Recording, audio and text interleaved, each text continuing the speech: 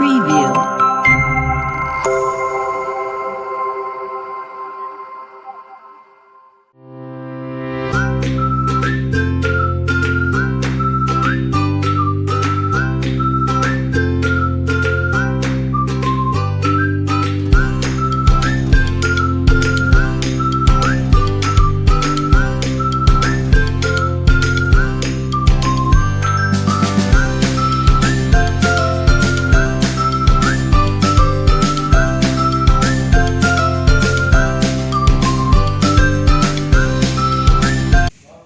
Assalamualaikum warahmatullahi wabarakatuh.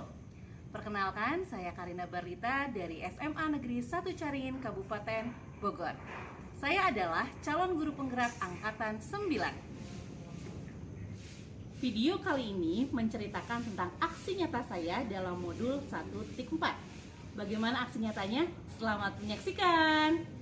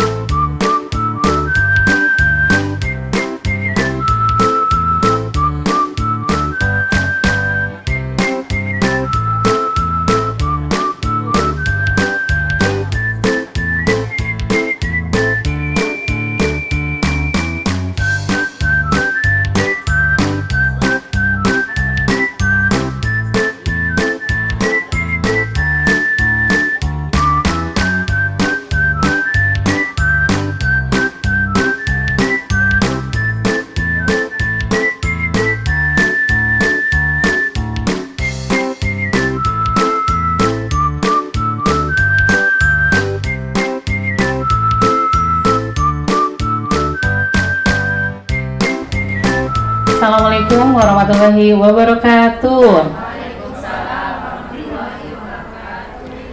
Yang saya hormati Bapak Ibu Guru yang bersedia hadir pada siang hari ini, saya ucapkan terima kasih dan mohon maaf mengganggu waktunya yang harusnya hari ini jam pramuka. Jadi saya pakai untuk melaksanakan kegiatan yaitu diseminasi penerapan budaya positif di sekolahku. Nah, kegiatan ini untuk memenuhi tugas saya dalam pendidikan guru penggerak. Jadi saya sekarang sudah masuk di modul 1.4 dan tugas saya adalah untuk melaksanakan diseminasi kepada rekan-rekan sejawat. Jadi sekali lagi terima kasih banyak dan semoga apa yang saya sampaikan bisa bermanfaat.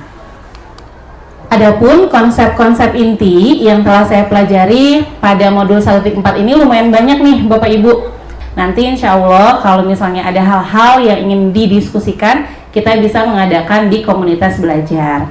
Yang pertama ada mengenai disiplin positif, yang kedua teori kontrol, yang ketiga teori motivasi, hukuman dan penghargaan, kemudian ada keyakinan kelas, dilanjutkan dengan kebutuhan dasar manusia, kemudian 5 posisi kontrol, dan yang terakhir adalah segitiga restitusi.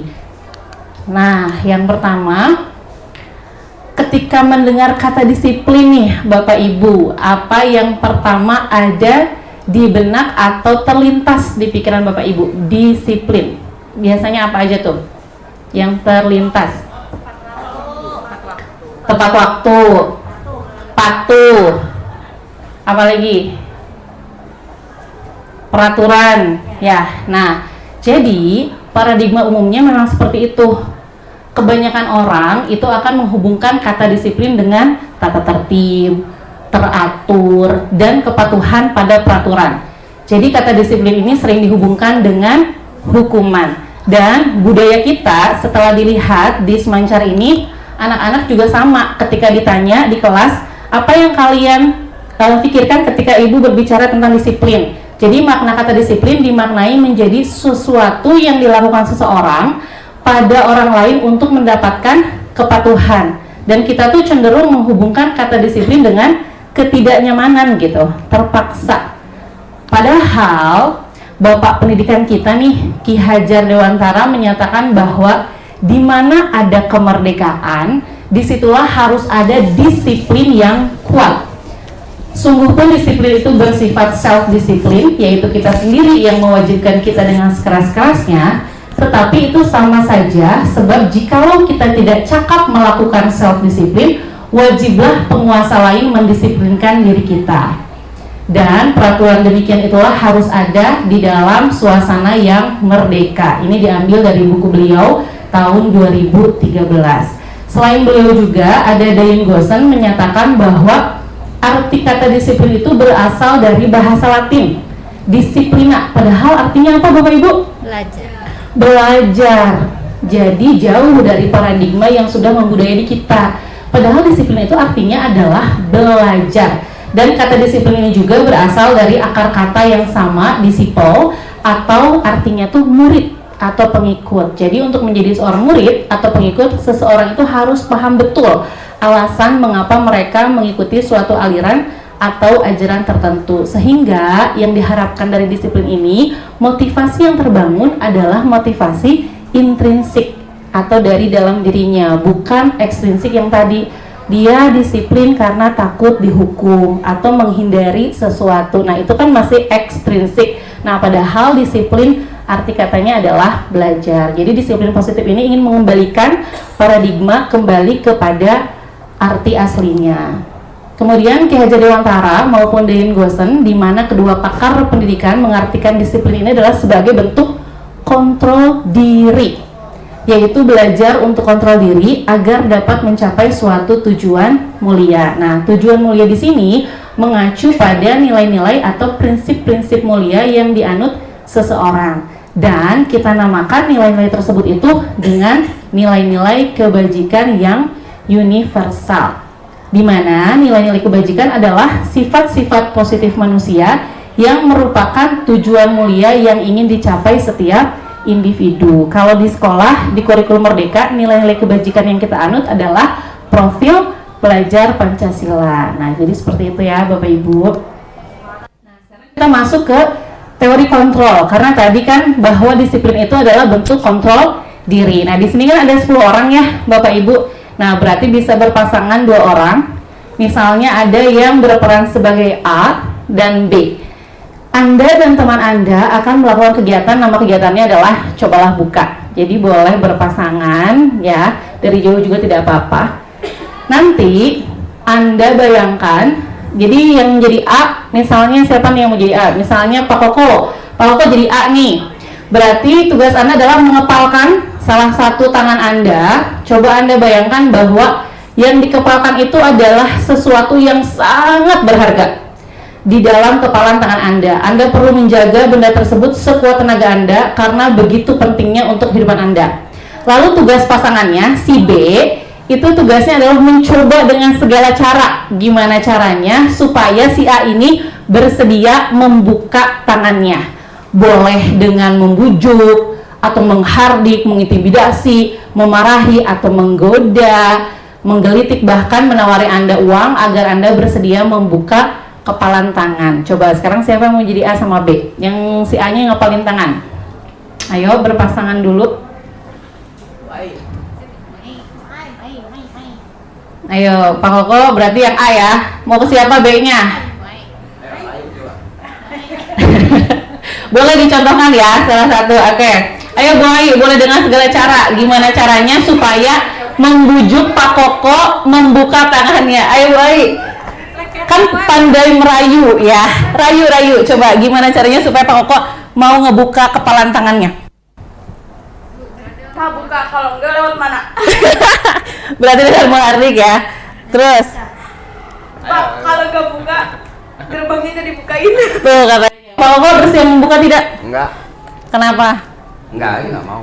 Kan udah diancam nanti pulangnya lewat mana katanya. Enggak takut sama Bayu. Nggak takut katanya. Nah itu salah satu contoh untuk teori kontrol. Kemudian kesimpulannya apa? Apakah Anda atau B membuka kepalan tangan Anda? Pak Koko membuka nggak? Atau misalnya Bapak Ibu akan membuka nggak kira-kira? Kenapa tidak? Karena sesuatu yang berharga. Ada yang mau bersedia membuka kepalan tangan tidak? Tidak. Berarti sepakat di sini semua tidak. Apakah Anda menutup kepalan tangan Anda? Ya, mengapa? Tadi karenanya kata Bu Yayu karena sesuatu yang berharga. Nah, dalam kegiatan ini dapat disimpulkan sesungguhnya siapakah yang memegang teori kontrol kita? A atau B? A atau B? A, si orang yang mengepalkan tangan itu. Nah, sama halnya. Jadi sebetulnya yang bisa mengontrol itu adalah diri kita sendiri, termasuk murid juga. Kesannya kalau murid penurut, gurunya bangga, oh berarti saya bisa mengontrol. Tidak. Itu artinya murid itu mengizinkan gurunya untuk mengontrol dirinya. Nanti kalau metodenya misalnya monoton, dalam kurun waktu tertentu murid itu akan bosan dan akhirnya dia tidak mematuhi lagi. Nah, jadi teori kontrol di sini menegaskan bahwa yang memiliki kontrol itu adalah bukan guru, bukan yang lain, tapi adalah dirinya sendiri. Seperti itu. Nah, psikiater dan pendidik Dr. William Glasser itu meluruskan beberapa miskonsepsi ilusi guru mengontrol murid seperti yang tadi saya sampaikan. Ada beberapa guru yang berpendapat bahwa saya sanggup mengontrol murid, bahwa padahal sesungguhnya hanya murid itulah yang punya teori kontrol tersebut. Yang kedua juga ada pendapat bahwa semua penguatan positif efektif dan bermanfaat. Kemudian yang ketiga miskonsepsinya bahwa kritik dan membuat orang merasa bersalah dapat menguatkan karakter. Padahal itu juga salah ya, itu termasuk miskonsepsi. Dan yang terakhir ilusi bahwa orang dewasa terkesan memiliki hak untuk memaksa. Nah, ini adalah miskonsepsi yang sering terjadi mengenai teori kontrol. Jadi kita harus kembalikan lagi bahwa teori kontrol itu tidak bisa dikontrol oleh orang lain melainkan dirinya sendiri. Nah, ini perbedaan antara stimulus respon dengan teori kontrol. Jadi kebanyakan kita masih ada di tabel yang stimulus respon. Lalu bagaimana kita bisa merubah ke teori kontrol? Tentu harus dilatih, tidak mungkin dalam 1 atau 2 hari. Nah, bila kita ingin membuat kemajuan perlahan, sedikit-sedikit, ubahlah sikap atau perilaku Anda. Namun, bila kita ingin memperbaiki cara-cara utama kita, maka kita perlu mengubah kerangka acuan kita, mulai dari bagaimana kita melihat dunia, bagaimana kita berpikir tentang manusia. Kita harus mengubah paradigma kita. Dan kita lihat di sini perbedaan antara stimulus respon dengan teori kontrol. Kalau stimulus respon, kita beranggapan bahwa kebutuhan kita adalah sama, kebutuhan murid itu sama. Nah, padahal harusnya kalau dalam teori kontrol, kebutuhan itu pasti berbeda-beda ya. Kemudian kalau stimulus respon, semua orang melihat ya hal yang sama. Sedangkan teori kontrol, setiap orang itu pasti memiliki gambaran yang berbeda.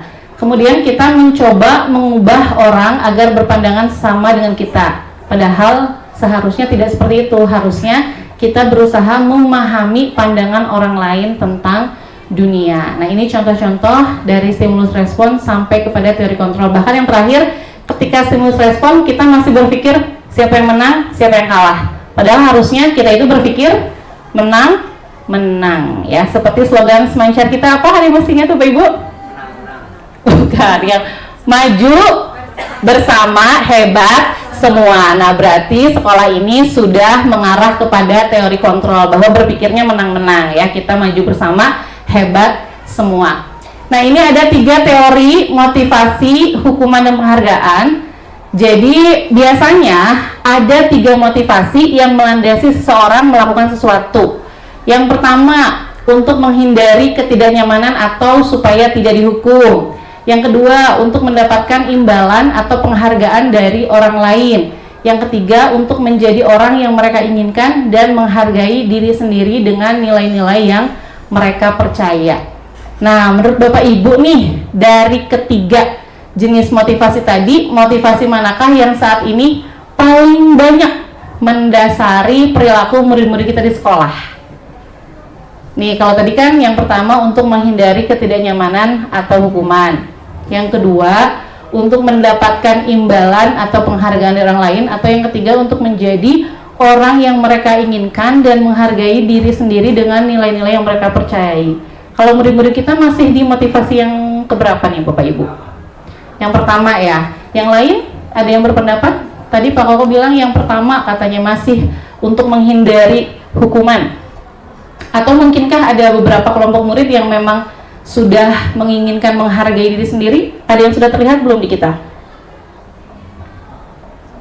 Ada ya. Kalau yang kedua, ada biasanya anaknya aktif, mengejar penghargaan, banyak ya. Tapi yang paling dominan berarti masih yang pertama ya. Jadi untuk menghindari ketidaknyamanan atau hukuman. Nah, ini adalah identitas gagal versus identitas sukses. Jadi dari tadi tiga tadi antara hukuman, konsekuensi dan restitusi, ternyata hukuman itu yang membuat identitas gagal dari seorang murid. Sesuatu yang menyakitkan harus terjadi kalau hukuman. Nah, kalau konsekuensi, sesuatu itu harus terjadi. Kalau restitusi itu merupakan pilihan. Kemudian yang selanjutnya tidak nyaman untuk murid kalau hukuman, kalau konsekuensi tidak nyaman juga untuk murid, tapi efeknya hanya dalam jangka waktu yang pendek. Kalau hukuman biasanya jangka waktu terasanya jangka waktu yang panjang. Nah, kalau restitusi itu menguatkan murid justru, tapi dalam jangka waktu yang panjang. Nah, ini bisa dilihat.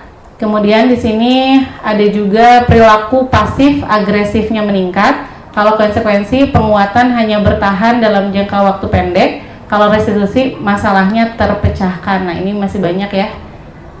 Nah, kita lihat kalau hukuman itu negatif. Kalau konsekuensi netral. Kalau restitusi itu adalah positif. Kemudian kalau hukuman itu modenya paksaan, jadi tidak ada alasan apapun. Ketika anak melanggar A, hukumannya B, pasti B apapun alasannya. Tapi kalau konsekuensi itu sudah disepakati oleh kedua belah pihak. Nah, kalau restitusi biasanya dikembalikan lewat dialog gitu. Nah, ini namanya teori kontrol. Nah, ini masih banyak, nanti bisa di-share materinya kalau ada Bapak Ibu yang menarik, misalnya bisa saya share PPT-nya. Nah, sekarang kita coba apakah kita sudah memahami sebagai seorang pendidik menerapkan seperti ini, termasuk hukuman konsekuensi. Mencatat 100 kali di dalam buku dengan kalimat saya tidak akan terlambat lagi. Alasannya karena terlambat sekolah. Kira-kira ini termasuk hukuman atau konsekuensi? Konsekuensi, hukuman. Kita lihat jawabannya adalah konsekuensi ya. Kenapa bukan hukuman? Karena kalau hukuman kan biasanya tidak berhubungan dengan apa yang dia langgar. Kalau ini kan dia melanggar karena terlambat ke sekolah dan dia mencatatnya kalimatnya apa? Saya tidak akan terlambat lagi. Jadi ini masih bisa masuk ke konsekuensi. Kita lihat contoh yang selanjutnya. Kalau ini lari mengelilingi lapangan basket 2 kali karena terlambat hadir di sekolah. Kira-kira termasuknya kemana? Hukuman. Oke, kita lihat. Betul. Tepuk tangan dong untuk Bapak Ibu. Berarti sudah memahami hukuman dan konsekuensi. Masih ada. Kalau membersihkan coretan yang dibuatnya di meja tulis, dia coret-coret lalu dia membersihkan kembali, konsekuensi ya, karena sesuai gitu. Kemudian selanjutnya murid diminta untuk push up 15 kali karena tidak menggunakan masker ke sekolah. Hukuman karena tidak berhubungan ya. Nah, betul, hukuman. Nah, seperti itu kurang lebih konteks nyatanya antara perbedaan hukuman dengan konsekuensi. Jadi kalau hukuman itu biasanya tidak berdasar dan tidak berhubungan dengan apa yang dia lakukan. Nah, kalau konsekuensi itu biasanya berhubungan. Seperti tadi, terlambat menulisnya saya tidak akan terlambat lagi. Itu masih bisa masuk ke konsekuensi. Tapi ketika push up karena tidak memakai masker, itu tidak berhubungan sama sekali kan, dan bentuknya fisik biasanya kalau hukuman. Nah, berarti itu hukuman. Nah, kemudian ternyata di sini salah satu yang membuat saya kaget juga Bapak Ibu ketika mempelajari modul ini, kan biasanya kita itu suka ingin memberikan penghargaan dengan tujuannya adalah untuk memotivasi anak-anak kita. Ternyata dalam modul ini memberikan penghargaan pun tidak disarankan. Bahkan di sini diberi judulnya adalah jangan sampai anak dihukum oleh penghargaan, karena katanya saat kita berulang kali menjanjikan hadiah kepada anak-anak agar berperilaku bertanggung jawab, atau kepada seorang murid agar mempelajari sesuatu yang baru, atau kepada seorang karyawan misalnya agar melakukan pekerjaan yang berkualitas, justru kita itu pada saat itu kita berasumsi bahwa mereka tidak dapat melakukannya atau mereka tidak akan memilih untuk melakukannya. Setelah saya analisis perkataan ini, ternyata ada benar juga. Kalau kita percaya kan biasanya kita ke anak percaya, misalnya nak yang rajin ya, harus masuk setiap hari selama sebulan, jangan sampai ada absen. Tapi kalau kita menjadikan hadiah, karena kita ada kekhawatiran si anak ini mau bolos nih, supaya nggak bolos kita kasih hadiah, nah ternyata dihukum oleh penghargaan itu. Jadi justru jangan sampai anak itu haus akan penghargaan, ketika nanti penghargaan itu tidak ada, justru anak itu tidak akan melakukan nilai kebaikan lagi. Jadi di sini diharapkan Bapak Ibu ketika memberikan penghargaan boleh, tapi hanya dalam jangka pendek ketika event-event tertentu, tidak daily gitu. Misalnya kayak memberikan hadiah ketika dia rajin setiap minggu, berarti kan kita harus memberikan setiap minggu. Nah itu yang tidak baik. Tapi kalau event misalnya seperti kemarin ada perlombaan diberikan hadiah, nah itu boleh karena hanya dalam batas waktu tertentu saja. Nah itu yang dimaksud dengan dihukum oleh penghargaan. Kemudian selain itu juga ketika kita memberikan apresiasi misalnya kepada salah satu kelompok ketika presentasi, itu pun dihimbau tidak di depan kelas ternyata, karena akan mematikan kelompok yang lain.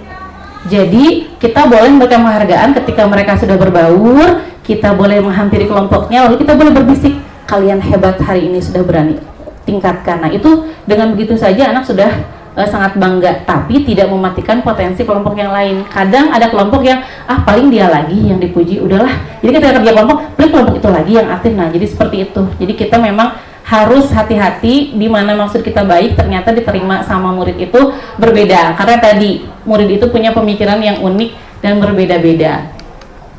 Kemudian sekarang masuk ke restitusi. Tadi kan ada hukuman, ada konsekuensi, dan restitusi. Apa sih restitusi itu? Nah, restitusi itu adalah proses kolaboratif yang mengajarkan murid untuk mencari solusi untuk masalah dan membantu murid berpikir tentang orang seperti apa yang mereka inginkan dan bagaimana mereka harus memperlakukan orang lain. Itu restitusi. Melalui restitusi, ketika murid berbuat salah, guru akan menanggapi dengan cara yang memungkinkan murid untuk membuat evaluasi internal tentang apa yang dapat mereka lakukan untuk memperbaiki kesalahan mereka dan mendapatkan kembali harga dirinya. Jadi biasanya kita melakukan dialog. Misalnya, nah hari ini kamu terlambat, kenapa bisa terlambat? Jadi jangan sampai kamu kenapa terlambat terus. Kalau terlambat berarti kamu harus misalnya mengelilingi lapangan basket 2 kali. Nah itu kan kita menjudge, menghakimi murid. Tapi kalau restitusi, kita kembalikan ke dia supaya dia mengupakan alasannya, lalu dia juga nanti yang akan memperbaikinya. Seperti itu yang dinamakan dengan restitusi. Kemudian yang selanjutnya kita masuk ke mati lampu ya. Ini nggak pakai listrik. Oh, mati lampu Bapak Ibu.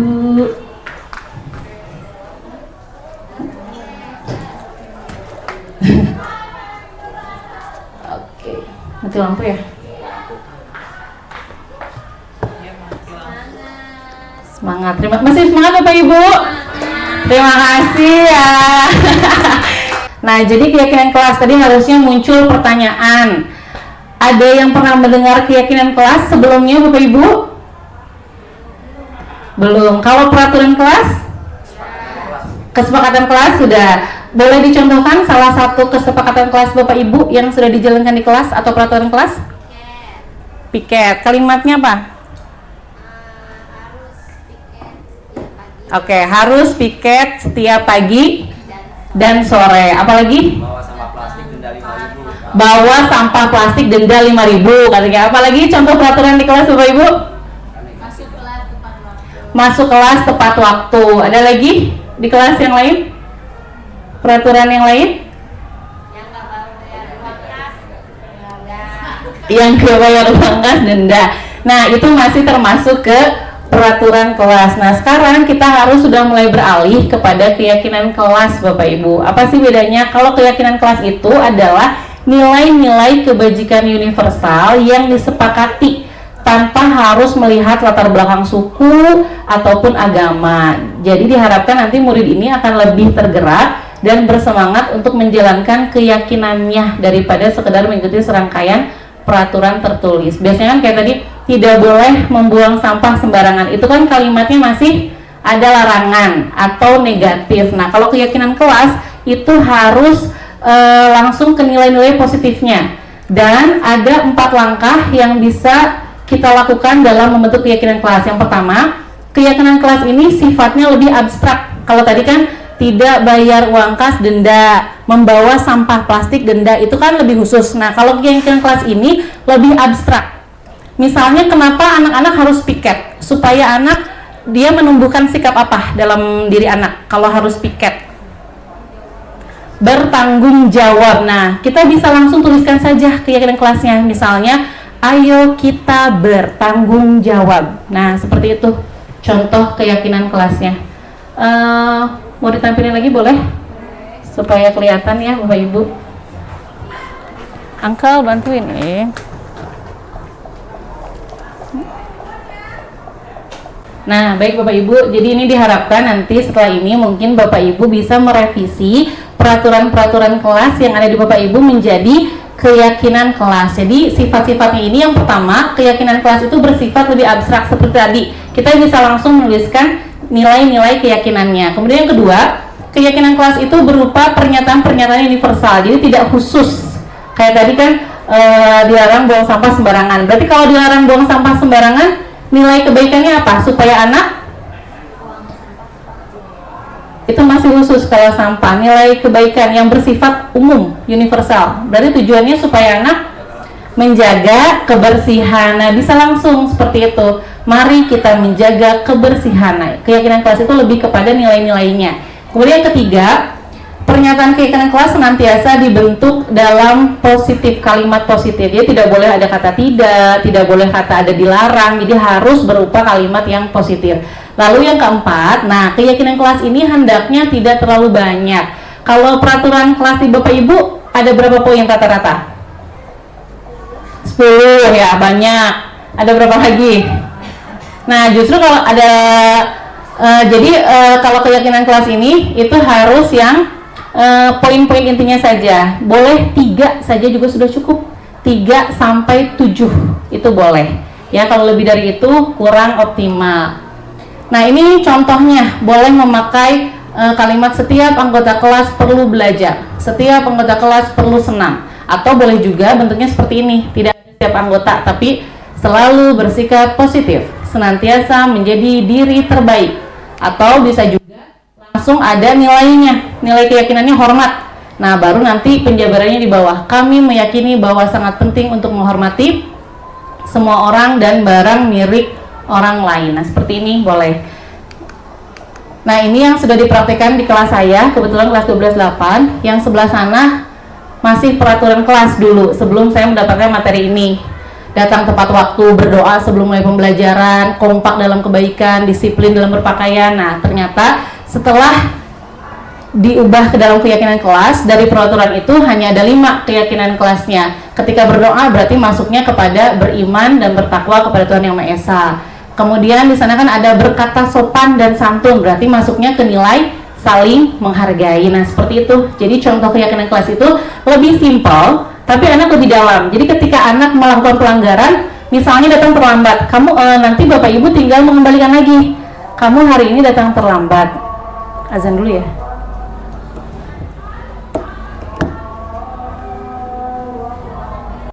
Saya lanjutkan kembali. Nah, jadi nanti ketika ada anak yang melanggar, misalnya datang terlambat, Bapak Ibu tinggal mengembalikan. Apakah tindakan kamu melanggar keyakinan kelas? Iya. Melanggar keyakinan kelas yang mana? Yang bertanggung jawab. Lalu kedepannya seperti apa? Nah, jadi kita mulai mempraktikkan restitusi yang tadi dengan modal keyakinan kelas. Jadi umum, tapi bisa berlaku untuk segala tindakan murid. Nah, kemudian di sini masuk ke teori selanjutnya, yaitu kebutuhan dasar manusia. Kenapa sih murid itu suka ada yang berperilaku yang tidak sesuai dengan nilai-nilai kebaikan? Ketika seorang murid melakukan suatu perbuatan yang bertentangan dengan nilai-nilai kebajikan atau melanggar peraturan, hal itu sebenarnya dikarenakan mereka gagal memenuhi kebutuhan dasar mereka. Lalu, apa saja sih kebutuhan dasar kita sebagai manusia? Ternyata ada 5 nih Bapak Ibu. Ini juga bukan hanya untuk murid, tapi kepada kita sebagai manusia. Yang pertama ada bertahan hidup. Yang kedua penguasaan, yang ketiga kasih sayang dan rasa diterima, yang keempat kesenangan, dan yang kelima kebebasan. Jadi ketika ada anak yang melakukan tindakan melanggar peraturan, berarti salah satu kebutuhan dari 5 ini dia tidak terpenuhi, dan akhirnya mereka berusaha untuk memenuhinya melalui tindakan-tindakan tersebut. Ini kita akan coba identifikasi ya Bapak Ibu. Misalnya nih, ada anak yang bermain ketika jam pelajaran, ini praktiknya ketika SD ya. Kemudian ada dikejar sama gurunya, lalu ini respon dari muridnya. Aku senang main kejar-kejaran dengan ibu guru, seru katanya. Nah, kira-kira anak ini kalau kita identifikasi dia sedang memenuhi kebutuhan yang mana? Aku senang main kejar-kejaran dengan ibu guru, seru. Ketika ditanya, nah kenapa lari-lari, ayo belajar, teman-temannya lagi duduk gitu, sementara dianya malah kejar-kejaran mancing gurunya untuk merespon. Lalu ketika gurunya merespon, anak ini jawabannya seperti ini, aku senang main kejar-kejaran dengan ibu guru. Berarti kebutuhan apa yang belum terpenuhi? Kesenangan, betul. Berarti dia di rumahnya belum terpenuhi, sehingga di sekolah dia ingin kesenangan itu terpenuhi, akhirnya dia mencari perhatian. Nah, mungkin murid kita juga seperti itu. Ketika ada yang aktif, nah kita harus selidiki kebutuhan apa yang sedang mereka cari untuk dipenuhi. Kemudian kalau misalnya ini, ibu kejar aku karena ibu guru sayang aku ya. Nah, berarti kalau alasannya seperti itu, dia sedang membutuhkan cinta dan kasih sayang. Karena anak-anak kita juga suka ada kan yang seperti itu gitu. Betul ya, ini cinta dan kasih sayang. Yang ketiga, aku hebat kan bisa bikin ibu guru jadi ngejar aku. Berarti dia sedang memenuhi kebutuhannya ya, penguasaan, betul. Kayak misalnya dia suka ngatur di kelompoknya. Nah, berarti dia tuh sedang memenuhi penguasaan, kebutuhan penguasaan seperti itu ya. Nah, sekarang 5 posisi kontrol yang diterapkan oleh seorang guru. Nah, ternyata ada 5 posisi kontrol. Kita sambil introspeksi di sini ya Bapak Ibu, kita sedang ada di posisi yang mana? Apakah sedang menjadi seorang penghukum, pembuat rasa bersalah, sebagai teman, sebagai pemantau, atau manajer? Ciri-cirinya seperti apa? Nah, biasanya kalau penghukum nada suaranya tinggi, matanya melotot, jari menunjuk-nunjuk. Contohnya, terlambat lagi, pasti terlambat lagi. Selalu datang terlambat. Kapan bisa datang tepat waktu? Nah, pernah begitu Bapak Ibu? Kalau begitu berarti kita sedang ada di posisi menghukum tuh, seperti yang dicontohkan Pak Koko. Nah, itu berarti posisi kita menghukum. Dampaknya apa sih kalau kita jadi penghukum? Kemungkinan murid akan marah dan mendendam atau bersifat agresif. Bisa jadi sesudah kembali duduk, murid tersebut akan mencoret-coret bukunya misalnya, atau meja tulisnya, atau lebih buruk lagi, dia bisa melakukan tindakan anarkis seperti yang diberitakan ada yang membacok gurunya ketika di tempat parkir. Nah, mungkin guru tersebut memposisikan sebagai penghukum. Nah, jadi dampaknya sangat negatif dan sangat disarankan untuk kita menghindari. Jangan sampai kita sebagai penghukum ya. Nah, kalau pembuat merasa bersalah itu seperti apa? Nada suaranya memelas, halus, sedih, bahasa tubuhnya itu merapat sama anak, terus kita kayak sedih gitu. Misalnya, adik, kamu ini bagaimana ya? Kamu kan sudah berjanji dengan ibu tidak akan terlambat lagi. Kamu kenapa ya senang sekali mengecewakan ibu? Ibu benar-benar kecewa sekali. Pernah kayak begitu Bapak Ibu? Nah, kalau pernah itu kita sedang pembuat merasa bersalah, dan ternyata dampaknya juga ini tidak baik. Dampaknya murid akan merasa sangat bersalah telah mengecewakan ibu atau bapak gurunya, dan murid akan merasa menjadi orang yang gagal dan tidak sanggup membahagiakan orang lain. Jadi efeknya justru lebih kejam katanya tuh, lebih berbahaya dari sikap si penghukum, karena akan masuk ke psikologis. Oh, saya telah mengecewakan ibu guru, berarti saya ini bukan orang yang baik. Nah, ternyata itu efeknya, jadi dihindari juga ya. Nah, yang ketiga, teman. Kalau teman ciri-cirinya ramah, akrab, suka bercanda, kemudian bahasa tubuhnya merapat pada murid, mata dan senyumnya penuh dengan jenaka. Jadi kita memposisikan seperti seumuran kan. Nah, misalnya kayak, adik ayolah, gimana sih kamu? Kemarin kan udah janji ke bapak bukan? Kenapa terlambat lagi? Sambil tertawa ringan, ya sudah, tidak apa-apa, duduk dulu sana, nanti pak guru bantu kamu ini, sambil senyum-senyum. Ternyata ini dampaknya ada positif, ada negatifnya. Kalau positifnya, kita hubungannya menjadi baik sama murid juga tidak segan dengan kita, tapi ternyata hanya saja sisi negatif murid menjadi tergantung pada guru tersebut. Bila ada masalah, dia akan mengandalkan guru tersebut untuk membantunya.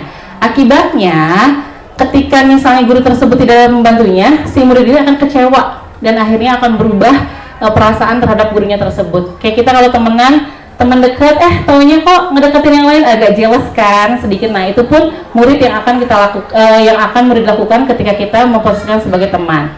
Nah kalau saya sih ketika introspeksi, saya ternyata masuknya ke sini, suka akrab sama teman-teman murid di kelas gitu ya, ternyata ada dampak negatifnya juga. Berarti kita harus lebih waspada ya. Jadi akrab boleh, tapi harus dihindari dampak negatifnya.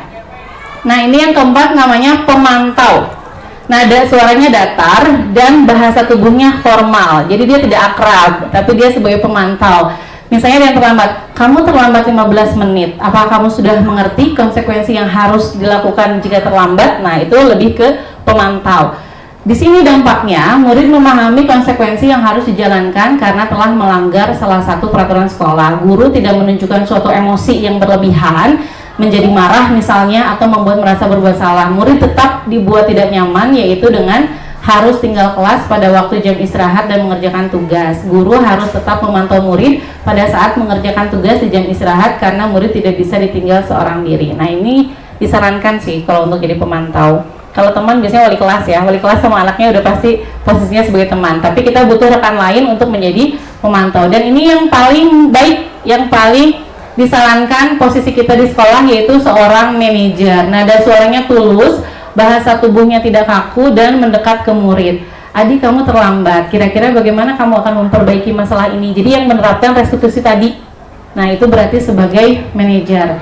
Dampaknya ini fokus pada murid. Pada posisi manajer, guru akan mengembalikan tanggung jawab pada murid untuk mencari jalan keluar permasalahannya. Tentunya dengan bimbingan guru ya.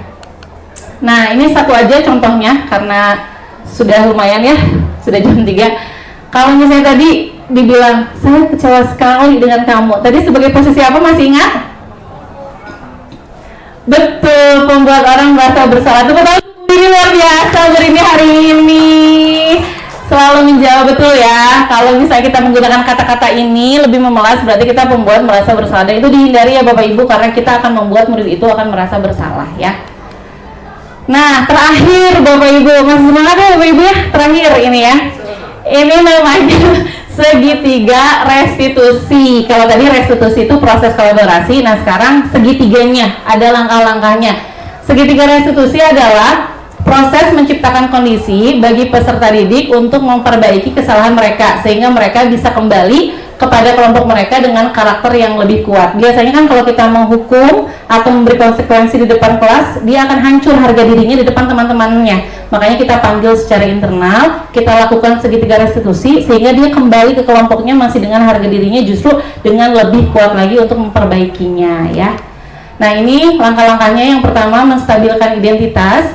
Kemudian setelah kita menstabilkan identitas, kita harus memvalidasi tindakan yang salah, lalu terakhir menanyakan keyakinannya. Nah, ini salah satu contohnya kemarin yang sudah saya lakukan. Menstabilkan identitas itu artinya berperan menggeser identitas murid dari identitas gagal ke identitas sukses. Artinya di sini kita jangan langsung mengkritik murid yang sedang mengalami identitas gagal, karena pada dasarnya murid itu tahu ketika kita panggil, oh saya salah nih, saya pasti dimarahin. Padahal kita pertamanya nggak langsung marahin. Nah, kita menstabilkan dulu identitasnya, bahwa kita mengerti bahwa dia melakukan sesuatu itu pasti ada alasannya. Nah, itu yang dimaksud dengan menstabilkan identitas. Setelah kita menstabilkan identitasnya, baru kita validasi tindakan yang salah. Yang harus kita lakukan adalah mengenali dan mengakui kebutuhan murid ini dapat memperbaiki hubungannya dengan murid. Lalu yang ketiga baru menanyakan keyakinan kelasnya. Ceritanya Fabian mengambil buku tugas matematika Ajeng diam-diam di dalam tasnya tanpa meminta izin terlebih dahulu kepada Ajeng. Kemudian menyalin semua tugas yang telah dikerjakan oleh Ajeng tanpa sepengetahuan Ajeng. Ajeng pun tidak menerima hal itu, lalu melaporkan Fabian kepada wali kelas mereka, yaitu Ibu Karinda. Dalam penyelesaiannya, Bu Karinda mengambil langkah segitiga restitusi, yaitu menstabilkan identitas dulu, kemudian memvalidasi tindakan yang salah, lalu menanyakan keyakinan. Nah, kurang lebih contohnya seperti ini.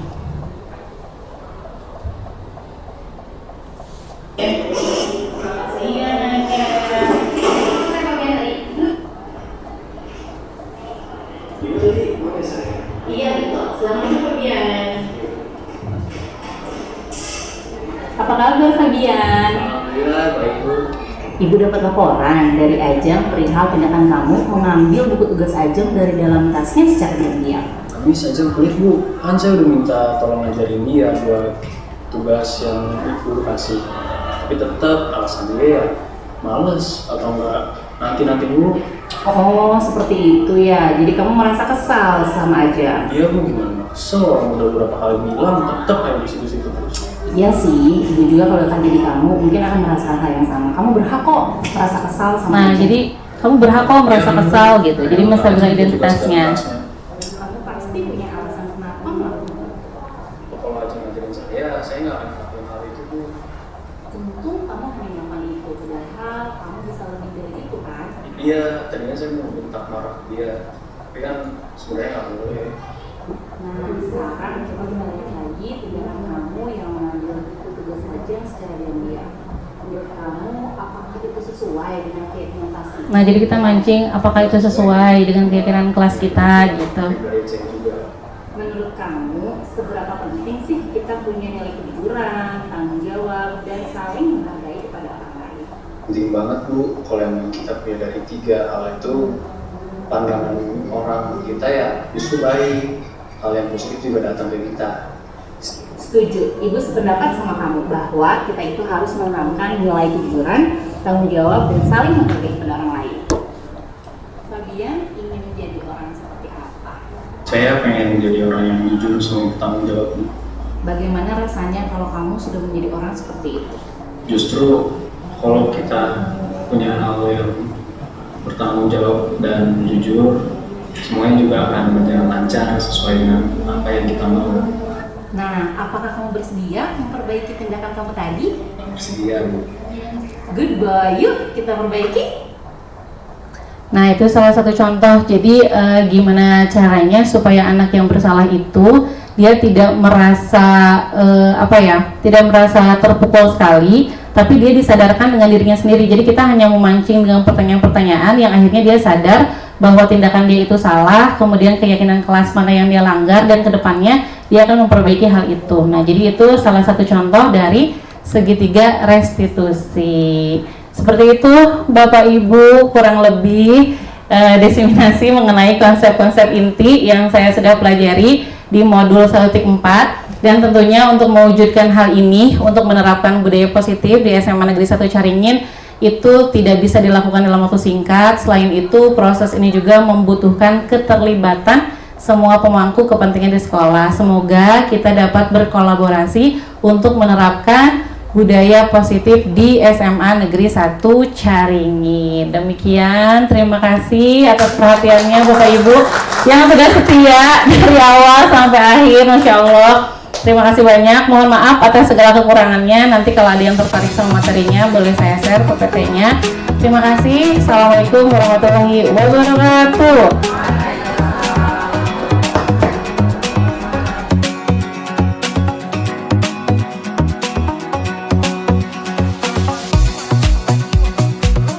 Perkenalkan, nama saya Tia Aulia Budiati, guru PAI di SMA Negeri 1 Caringin. Tanggapan terkait diseminasi dari Ibu Karinda Barlita yang kemarin diberikan kepada kami, saya sangat senang sekali. Pertama kesannya ya, karena saya mendapatkan pengetahuan baru kaitannya dengan perbedaan hukuman, konsekuensi, juga restitusi. Karena biasanya di kelas ketika anak melakukan kesalahan, saya ternyata cenderung lebih memberikan anak itu hukuman begitu ya. Ternyata itu salah begitu. Nah, setelah Bu Karinda menjelaskan perbedaannya, saya jadi punya pemahaman baru, dan mudah-mudahan nanti akan saya terapkan ketika memang di kelas ada anak yang memang harus ditangani dengan kondisi tersebut. Kemudian saya juga jadi tahu kaitannya dengan keyakinan kelas ya. Awalnya yang saya buat dengan anak-anak itu adalah peraturan kelas. Ternyata peraturan kelas itu pernyataannya cenderung negatif ya. Tapi setelah Bu Karinda menjelaskan tentang keyakinan kelas, saya pun jadi mulai merancang nih kira-kira keyakinan kelas apa yang dibuat di kelas perwalian saya terutama, dan tentunya perkataannya atau kata-kata yang diuraikannya itu harus bermakna positif. Demikian yang bisa saya sampaikan. Mudah-mudahan saya mendapatkan pengetahuan dan pemahaman yang lainnya dari Bu Karinda. Terima kasih. Assalamualaikum warahmatullahi wabarakatuh. Assalamualaikum warahmatullahi wabarakatuh. Waalaikumsalam warahmatullahi wabarakatuh. Apa kabarnya anak-anak? Alhamdulillah sehat, tubuhku sehat, pikiranku baik, sikapku. Alhamdulillahirobbilalamin. Sudah berdoa tadi? Sudah. Oke, nah hari ini biasanya ketemu ibu kalau pelajaran matematika. Hari ini kita berbeda ya. Nah hari ini kita akan membentuk keyakinan kelas. Sebelumnya ada yang pernah mendengar tentang keyakinan kelas? Belum. Kalau peraturan kelas? Sudah. Nah, masih ingat apa aja peraturan kelas kita? Ada yang menyebutkan? Siapa? Harus piket. Apalagi? Tidak boleh datang terlambat. Apalagi? Pakai baju rapi. Terus apa lagi? Dilarang menggunakan handphone ketika pembelajaran. Nah, kalau peraturan itu kan masih menggunakan kata-kata yang larangan. Terus kalau misalnya ibu berbicara peraturan, yang kalian pikirkan pertama kali apa? Hukuman. Terus apa lagi? Sanksi. Nah, sekarang kita akan ubah itu semua. Nah, ibu harapkan nanti kalian itu melakukan suatu tindakan itu berdasarkan dari kesadaran diri, namanya adalah motivasi intrinsik. Jadi motivasi karena sadar akan keyakinan kalian mengenai suatu kebenaran. Nah, nilai-nilai kebaikan itu dinamakan dengan keyakinan kelas. Jadi kita akan merevisi peraturan kelas kita yang tadinya misalnya tidak boleh menggunakan handphone ketika jam pelajaran. Nah, kenapa sih kita nggak boleh? Supaya kalian memiliki sikap apa? Disiplin. Atau sikap apa lagi? Menghargai. Apa lagi?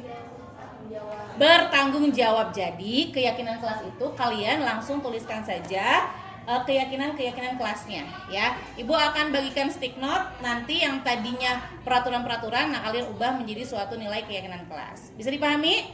Bisa. Boleh dibantu? Siapa yang mau bantu? Revan boleh deh. Bagikan ya.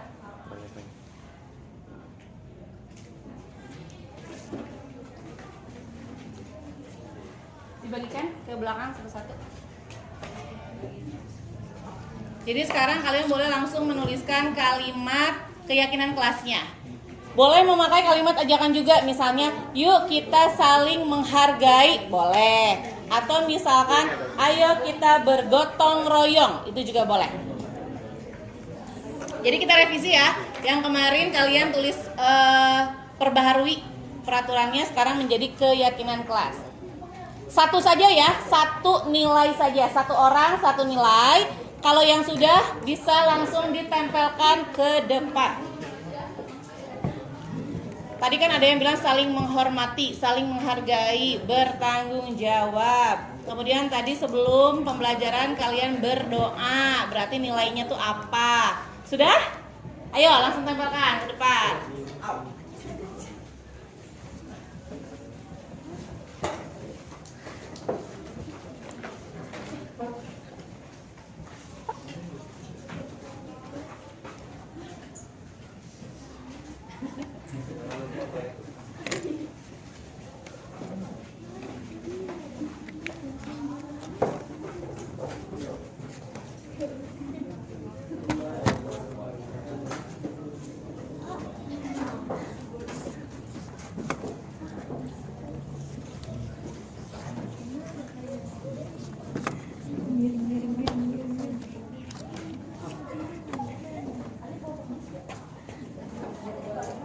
Apalagi yang belum? Sudah semua? Oke. Ada satu orang dong bantu di depan. Siapa yang bantu ibu? Boleh, Nanda. Oke, kita ambil yang pertama. Berdoa sebelum memulai pembelajaran. Berarti kira-kira masuk ke dalam nilai apa nih? Betul, sesuai dengan profil pelajar Pancasila yang pertama ya. Jadi beriman dan bertakwa kepada Tuhan Yang Maha Esa. Sini aja kali ya. Oke. Beriman dan bertakwa kepada Tuhan Yang Maha Esa. ini berarti nilai keyakinan kita yang pertama. Oke. Yang kedua, datang tepat waktu. Disiplin. Berarti menghargai waktu. Berarti nilainya mau yang mana? Saling menghargai. Saling menghargai. Mau menghargai waktu atau mau saling menghargai? Saling menghargai. Oke, boleh. Berarti bikin lagi ya yang kedua. Saling menghargai.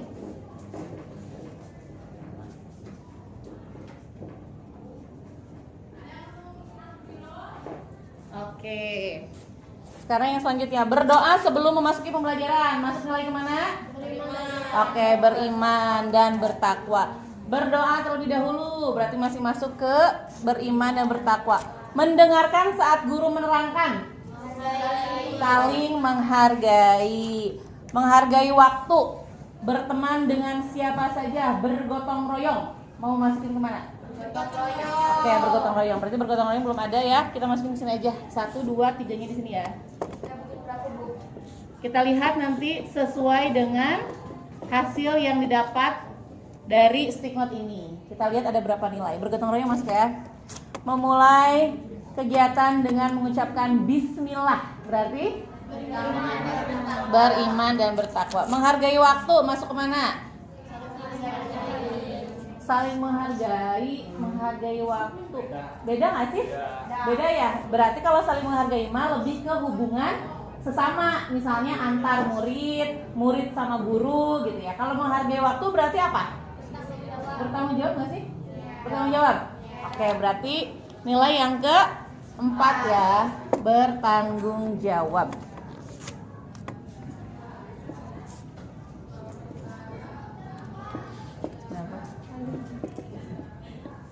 Oke, sini. Berucap dengan kata-kata yang baik. Saling menghargai. Menjadi pendengar yang baik, saling menghargai, saling bekerja sama, menjaga kebersihan kelas. Berarti karena belum ada yang nilai yang belum ada ya. Oke, berarti menjaga kebersihan. 5 ya di sini. Yang kelima.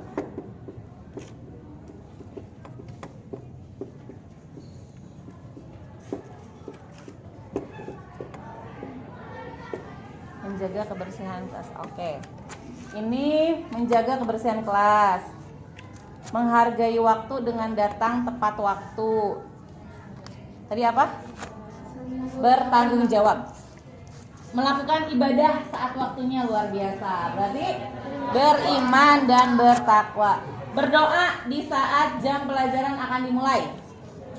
Beriman dan bertakwa. Gotong royong. Ada gotong royong? Ada. Oke. Apalagi selalu berdoa. Berdoa sebelum mengawali hari pembelajaran. Menjaga nama baik kelas. Apa tuh nilainya kira-kira? Bertanggung jawab. Oke, di sini ya. Yang ini udah ya. Bergotong royong menjaga kebersihan kelas. Nah, mau masuk kemana? Mau bergotong royong? Bergotong royong atau mau menjaga kebersihan kelas? Nah, ada 2 nih nilainya. Mau masuk kemana? Bergotong royong. Oke. Kemudian datang tepat waktu. Bertanggung jawab. Melaksanakan piket sesuai dengan jadwalnya masing-masing. Bertanggung jawab. Melaksanakan piket. Menjaga kebersihan kelas boleh. Menghargai waktu dari hamba Allah. Apa? Menghargai waktu. Menghargai waktu. Bertanggung jawab ya. Terus apa nih? Berdoa. Berdoa apa? Bergotong royong membersihkan kelas. Jaga kebersihan kelas. Ada yang bilang bergotong royong, ada yang bilang kebersihan kelas, karena dua-duanya masuk. Mau dimasukin kemana nih? Jaga kebersihan kelas. Adalah kebersihan kelas. Ayo bergotong royong. Nah, gotong royong di sini berarti bukan hanya kebersihan kelas ya, tapi mengerjakan sesuatu secara bersama-sama ya. taat dalam menjalankan perintah Allah Subhanahu wa taala dari Profesor Dr. Andes Insinyur Haji M. Fikri Kamal. Amin ya. Berarti apa?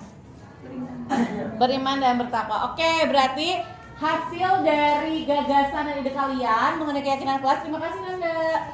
Nah, ternyata kita punya 5 nilai keyakinan kelas. Yang pertama apa? Beriman dan bertakwa kepada Yang Maha Esa. Yang kedua, saling menghargai. Yang ketiga, bergotong royong. Yang keempat, bertanggung jawab. Dan yang kelima adalah menjaga kebersihan kelas. Apakah kalian siap meyakini keyakinan kelas kita? Siap. Siap secara konsisten dan berkomitmen untuk menjalankan ini semua? Siap. Oke, kalau siap nih, kita mulai berlakunya mau hari apa? Minggu besok. Ada yang udah semangat besok, ada yang bilang minggu depan. Nah, supaya kalian selalu ingat, nanti Ibu minta tolong sama kalian kita desain keyakinan kelas ini sebagus mungkin. Lalu kita akan cetak pakai banner X banner ya. Nanti setelah selesai, kalian akan tanda tangan sebagai tanda bahwa kalian menyepakati dan meyakini bahwa akan menjalankan ini dengan sungguh-sungguh. Sampai sini ada pertanyaan dulu? Cukup? Oke, berarti mulai minggu depan, nggak jadi mulai besok karena bannernya belum jadi ya. Jadi mulai minggu depan, hari Senin kita akan mulai menjalankan keyakinan kelas kita yang baru. Kita selalu mengingatkan untuk selalu menjaga keyakinan kelas kita. Mudah-mudahan dengan kalian menjalankan keyakinan kelas ini, kalian akan tumbuh menjadi orang yang beriman dan bertakwa, saling menghargai, bergotong royong, bertanggung jawab, dan selalu menjaga kebersihan kelas. Amin ya rabbal alamin. Nah, supaya keyakinan kelas ini nih selalu berjalan, berarti perlu adanya apa? Pengawasan atau evaluasi. Kira-kira kita mau mengevaluasi keyakinan kelas ini berapa lama? Seminggu sekali? Kecepatan nggak? Sebulan katanya. 2 minggu. Sehari sekali. Voting. Yang mau sebulan sekali, Cu? 1, 2, 3, 4, 5, 10 orang. Yang mau 2 minggu sekali? Oke, lebih banyak. Berarti kita deal ya untuk evaluasi. Jadi 2 minggu sekali. Setiap hari apa? Setiap hari Senin setelah istirahat jam pertama. Kita evaluasi apakah keyakinan kelas ini berjalan dengan baik atau adakah di antara kalian yang melakukan tindakan yang tidak sesuai dengan keyakinan kelas. Ya. Oke, mungkin itu saja yang bisa Ibu sampaikan. Mudah-mudahan kita bisa menjalani semua ini tanggung jawab sama-sama ya, guru, Ibu juga dan kalian juga ya. Terima kasih, selamat melanjutkan pelajaran selanjutnya. Assalamualaikum warahmatullahi wabarakatuh. Waalaikumsalam warahmatullahi wabarakatuh.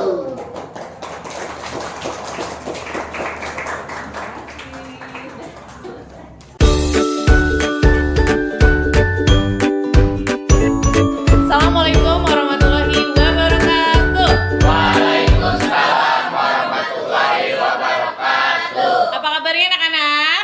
Alhamdulillah, sehat tubuhku, sehat pikiranku, baik sikapku. Alhamdulillahirrahmanirrahim. Nah, kemarin kita sudah membuat apa? Keyakinan kelas. Alhamdulillah sekarang keyakinan kelasnya sudah dicetak dan jadi seperti ini. Nah, sebagai tanda kalian menyepakati dan akan menjalankan keyakinan kelas ini, maka satu orang satu kita mulai tanda tangan. Mau dari barisan mana? Kiri kanan? Boleh, ayo. Let's go. Cepet. Ayo, rapat-rapat ya. Ini permanen, jadi nggak boleh salah. Ya, di yang awalnya. Ya. Lucu banget. Kira-kira 30 kamu pakai nama apa nggak usah? Pakai ya. Di bawahnya tulis nama kamu. Cukup, dicukup-cukupin. Pakai aja, pakai biar tahu ini tuh tanda tangannya siapa, ya. Boleh, ya. Besar-besar ini. Tepuk tangan dong. Artinya kalau kamu udah menandatangani berarti sudah siap untuk menjalankan keyakinan kelas ya.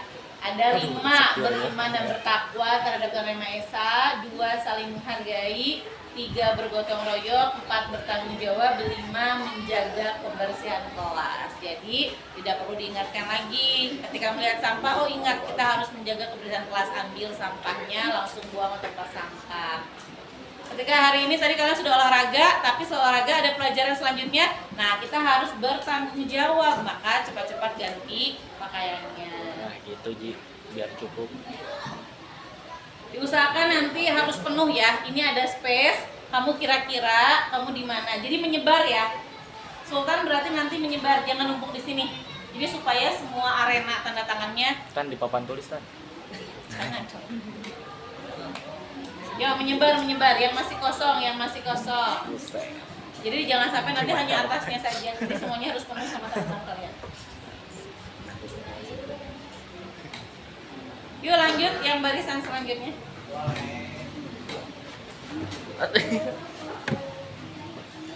Yang kosong Wi, yang kosong. Oke, Wi. Simpel. Yang kosong dong biar nyebar. Di tengah. Berarti kalau gede-gede mesti dimahi.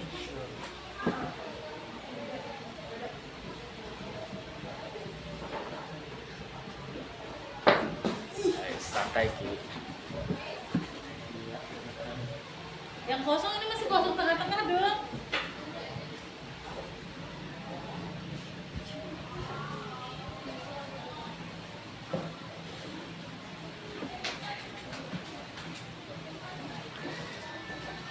Bibi yang kosong nah di situ. Tuh. Gak apa-apa, masih banyak space kok. Jangan. Di tempatnya aja nanti. Maruk. Duaan. Dede. Ini dijaga ya. Ini harus tetap ada keyakinan kelas ini sampai kalian lulus ya. Jadi ini adalah salah satu media untuk mengingatkan kalian supaya kalian menjadi murid yang memiliki 5 nilai pendidikan ini. Kalau dibiasakan, insya Allah sampai yang lulus, meskipun sudah tidak ada keyakinan kelas lagi, nanti kalian akan punya pribadi yang memiliki 5 nilai ini. Amin. Amin. Lanjut. Ini udah habis ini. Ayo. Selanjutnya. Semoga awet ya karena angin kita kencang. Santai. Nanti mau disimpan di mana? Kalian kan mau bikin taman kelas kan? Di situ nah ada pohon literasi, ada keyakinan kelas. Kita memperindah kelas kita. Yuk. Kita mau dibilangin. Nah. Yang anak-anak seperti itu.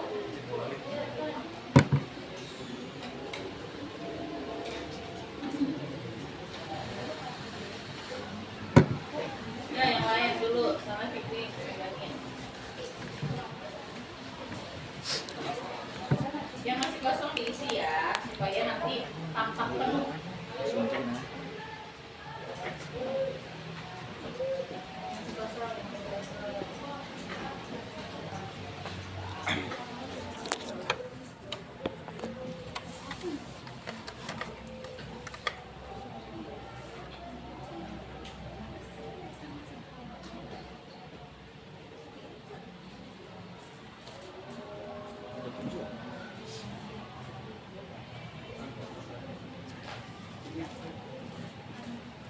Aceh nggak ada ya?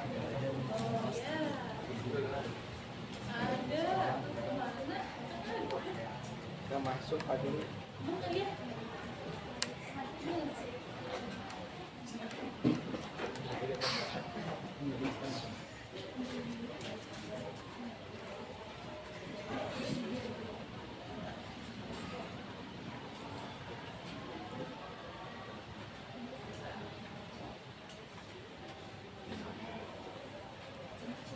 Ada yang belum? Terus ini ya, yuk maju. Isi di bagian kosong menyebar ya, jadi biar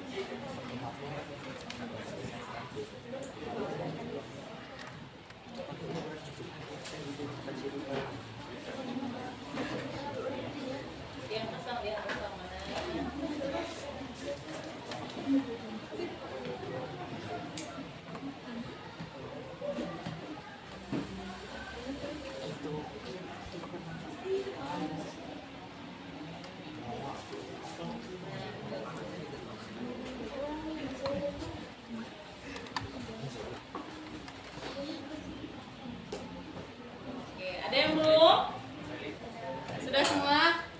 Mari kita ucapkan dengan lantang dan penuh semangat ya. Keyakinan kelas 12 8. Keyakinan kelas 12 8. 1. Beriman dan bertakwa terhadap Tuhan Yang Maha Esa. 2. Saling menghargai. 3. Bergotong royong. 4. Bertanggung jawab. 5. Menjaga kebersihan kelas.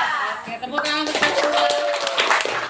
Mudah-mudahan dengan keyakinan kelas ini, Ibu doakan kalian tumbuh menjadi murid yang beriman dan bertakwa terhadap Tuhan Yang Maha Esa, yang saling menghargai, bergotong royong, bertanggung jawab, dan menjaga kebersihan kelas ya. Karena bannernya sudah ada, mari kita lakukan sesuai dengan keyakinan kelas kita. Berarti mulai berlaku hari ini, oke?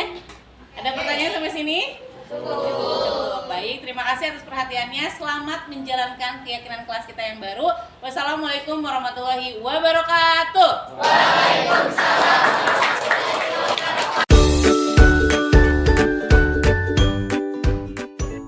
Itu apa? Perasaan saya sangat senang bisa berpartisipasi atas keyakinan kelas. Dan semoga siswa-siswi kelas 12-8 bisa menyepakati keyakinan kelas yang telah dibuat oleh kita bersama. Kedua, tanggapannya tentang pembuatan keyakinan kelas itu apa? Menurut saya keyakinan kelas ini sangat berguna bagi keberlangsungan kelas karena ada 5 poin yang harus kita taati dan kita jalani setiap harinya. Dan itu semua bertujuan baik untuk kelas kita ke depan. Itu saja. Terima kasih. Perasaan aku tentang dibuatnya keyakinan kelas yang pasti senang ya. Terus semoga biar jadi kelasnya tuh jauh lebih baik lagi ke depannya. Tanggapan Anda tentang dibuatnya keyakinan kelas? Tanggapan aku tentang dibuatnya keyakinan kelas, semoga dengan adanya keyakinan kelas tersebut bisa jadi buat diri aku jauh lebih baik pastinya, terus buat teman-teman juga yang ada di kelas. Demikianlah aksi nyata saya dalam modul 1.4. Semoga dapat menginspirasi Bapak Ibu hebat. Salam guru penggerak, tergerak, bergerak, menggerakkan. Wassalamualaikum warahmatullahi wabarakatuh.